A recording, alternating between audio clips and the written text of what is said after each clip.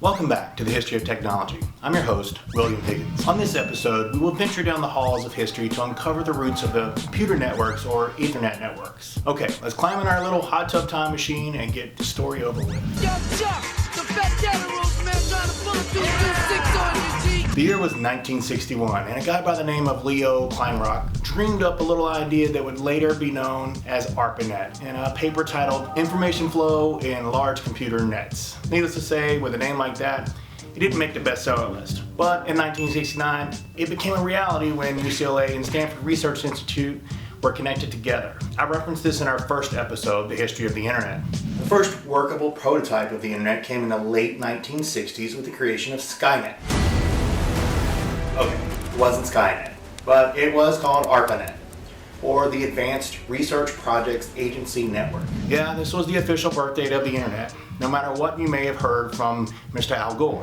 Stick to the politics, Gore. Back to Ethernet. In 1970, Network Core Protocol was released by UCLA, which started the OS I despised most, Novell NetWare. The first email was sent in 1971 by Ray Tomlinson, and AlohaNet was also born, which connected the Hawaiian Islands together via UHF. No, this wasn't Wi-Fi, but it did lay the groundwork for it. Finally, in 1973, Ethernet was developed by Robert Metcalfe while working at Xerox, not the copy machines. The first VoIP call was also made in 1973, but we really didn't have the software technology to use it until 1995. And then finally what really set things off was the release of the Ip4 Standards in 1981. Several networks were created that used IPv4, and ARPANET was converted to IP-based networking in 1983. The first T1 backbone was added to ARPANET in 1988, which would later become the standard for Quake gamers everywhere, if you could get one.